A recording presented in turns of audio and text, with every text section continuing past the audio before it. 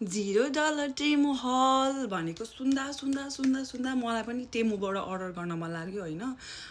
राम्रो आइरहेको थियो सबैको सामानहरू $0 टेमु हल भनेको राम्रो आइरहेको थियो अनि मलाई पनि अर्डर गर्न मन लाग्यो अनि मेरो अर्डरमा चाहिँ यस्तो आयो क्या यो यस्तो यो के हो यो यति सानो सानो के हो मैले चाहिँ $0 मा अर्डर गरेको होइन पैसै तिरेर अर्डर गरेको सबैले $0 मा अर्डर गर्दा चाहिँ राम्रो राम्रो आइरहेको थियो अनि मैले पैसा तिरेर अर्डर गरेको यस्तो आयो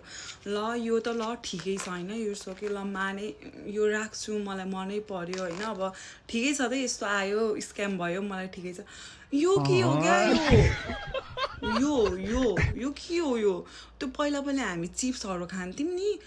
त्यस्तै आइरहेछ कि यो चिप्सहरूभित्र पर्थ्यो नि के चाँदनी खोइ के चिप्सहरूमा त्यस्तै छ कि यो के गरेको क्या अनि सबै $0 लाई चाहिँ दिने होइन राम्रो राम्रो गिफ्ट अनि हामी पैसा तिर्नेलाई चाहिँ यो के गरेको क्या भयो